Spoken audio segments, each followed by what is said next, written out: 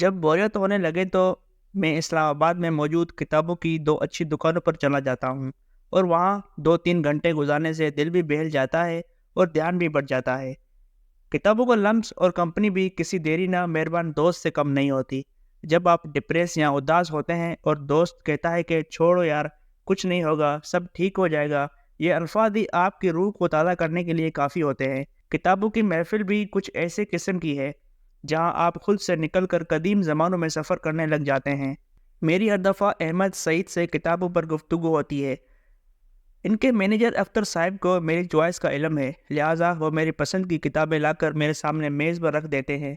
अहमद सईद अक्सर पाकिस्तान के हालात पर कढ़ाता रहता है। जब वो पाकिस्तान से बाहर किताबें लेने जाता है तो वहाँ के हालात देखकर इनका मवाजना पाकिस्तान से करता है तो उसे तकलीफ़ होती है। अहमद के वालिद सईद साहब ने पहले पेशावर और फिर इस्लामाबाद में बुक लवर्स के दिलों में जगह बनाई, ताहम एक दिन उन्हें पता चला कि उन्हें कैंसर है। वो वॉक करने निकले तो गिर गए। कितनी देर तक वो अकेले रोड पर पड़े रहे, कोई ना रुका। आखिर एक अंग्रेज़ वहाँ से गुजरा तो उसने अपनी कार रोकी। इसने उन्हें पहचान लिया कि ये तो वही है जिनकी दुकान से वो अक्सर किताबें खरीदता है। वो उन्हें उठाकर बुक स्टोर पर छोड़ गया। अहमद की आंखों में नमी थी कि उनके वालिद सड़क पर गिरे पड़े रहे और कोई मुकामी उन्हें उठाने के लिए नहीं रुका। अपने बाप का इलाज कराने वो उन्हें इस्लामाबाद के एक बड़े अस्पताल ले गया, जहाँ उसे पता चला कि उन्हें ब्लड कैंसर है। फ़ौरन ही मजीद टेस्ट किए बगैर इनको केमोथेरापी शुरू कर दी गई।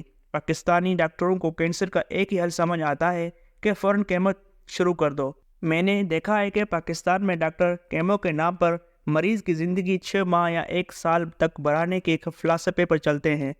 वो पहले दिन ही ये मान लेते हैं कि इस मरीज़ ने नहीं बचना, बस उसे तकलीफ़ कम से कम हो। मान लिया सब डॉक्टर्स ऐसे नहीं होंगे, लेकिन अक्सर ऐसे ही हैं। मुझे याद है कि जब ओखाड़ा का एक नौजवान अब्दुल रहमान मुझसे मिलने इस्लामाबाद आया था तो इसको ऑन्कोलॉजिस्ट ने कहा कि तुम्हारे पास मुश्किल से सिर्फ 1 माह बाकी है, तुम क्यों केमोथेरापी पर बाप के पैसे ज़ाया करते हो। मैंने सदमे की सी हालत में पूछा कि वाकई डॉक्टर ने तुम्हें ऐसा कहा। अब्दुल रहमान के साथ इसका दोस्त था, बोला जी मेरे सामने इसने कहा था। मैं कितनी देर सदमे की हालत में बैठा रहा कि कैसे कोई डॉक्टर इतनी बेरहमी के साथ मरीज़ को मौत का परवाना जारी कर सकता है। फिर भी अब्दुल रहमान कितने हौसले से उखाड़ा से तवील सफ़र करके मेरे पास आया था। इसने मेरे कानों में फरिश्ता नुमा इंसान डॉक्टर आसिम सोबानी का पढ़ा था तो इसने मुझे इनसे रब्ता कराने के लिए कहा। खैर मैंने डॉक्टर आसिम सोबानी से इसका रब्ता करा दिया। वो फरिश्ता नुमा इंसान ज़िंदगी से मायूस मरीजों के लिए हमेशा एक रोशनी की किरण साबित होता है। अब्दुल रहमान अमेरिका गया, आसिम सोबानी ने इलाज किया। वो 3 बरस मज़ीद जिंदा रहा। अगरचे वो 3-4 ही साल जिंदा रहा, लेकिन ज़रा उस डॉक्टर की बात पर गौर करें जिसने उसे 1 महीने की मोहलत दी थी और केमोथेरापी पर पैसे बचाने का मशवरा दिया था। यही हाल अहमद सईद के वालिद का हुआ। जो डॉक्टर इनका इलाज कर रहा था वो 40 दिन के लिए कहीं निकल गया और कैंसर के मरीज इसका मुंह तकते रह गए। इस डॉक्टर के नज़दीक हुकूकुल इबाद अहम न थे। अहमद ने भी बाप की ज़िंदगी बचाने के लिए अमेरिका में डॉक्टरों से रब्ता किया। उन्होंने कहा कि मरीज़ जहाँ ले आएँ। वहाँ पहुँचे तो डॉक्टरों ने बताया वो उनको इस तरह ठीक कर देंगे कि वो खुद को नौजवान समझेंगे। डॉक्टरों को लेकिन इल्म न था कि वो पाकिस्तान में केमोथेरापी करा चुके हैं। जब वहाँ टेस्ट हुए तो पता चला उनकी केमोथेरापी हो चुकी है। ब्लड कैंसर का वो मखसूस इलाज नहीं हो सकता अगर बंदा पहले केमोथेरापी करा चुका हो।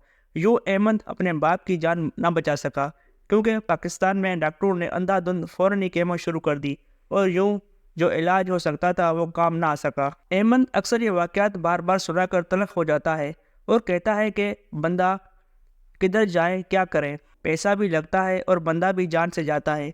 अहमद को एक और मसला भी दरपेश था। मैंने पूछा क्या वजह है कि आजकल नई किताब कम नज़र आ रही है। उन्होंने इस पर एक और कहानी सुनाई। उनका कहना था कि वो लंदन और फ्रैंकफर्ट गए जहाँ किताबों के मेले होते हैं और वो वहाँ से ख़रीदारी करके किताबें लाते हैं। अब की दफ़ा भी उन्होंने $40,000 की किताबें खरीदी और जब पाकिस्तानी बैंकों से एलसी खुलवाने का मौका आया तो यहाँ कोई तैयार ही नहीं था। अब तो कोई गैर मुल्की पब्लिशर हमारे साथ कारोबार करने पर आमादा ही नहीं है। उनका हम पर से एतबार उठ गया है।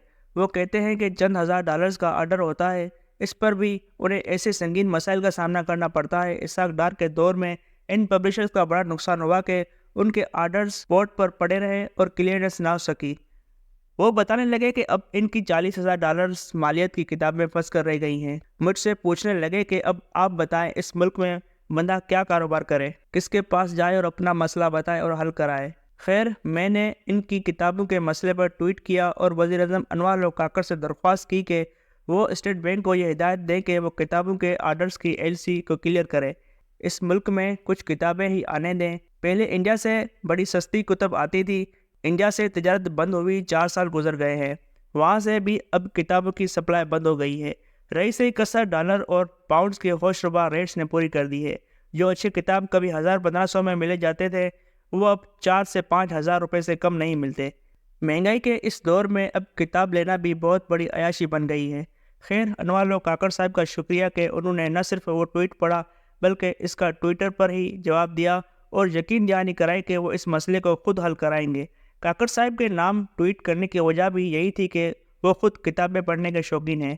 برسوں قبل میری ان سے پہلی ملاقات بھی ایک کتابوں کی دکان پر ہوئی تھی۔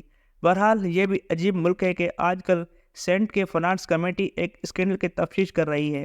اس کے مطابق پشاور اور کوئٹہ کے 8 پارٹیوں نے چین سے سولر پینل درآمد کرنے کے نام پر بینکوں میں کیش جمع کرا کے 70 ارب روپے کی اوور انوائسنگ کی۔ قانون کے تحت یہ ادائیگی چین میں ہی ہونی تھی، لیکن ڈالرز دبئی کے کسی کمپنی کو بھیجے گئے۔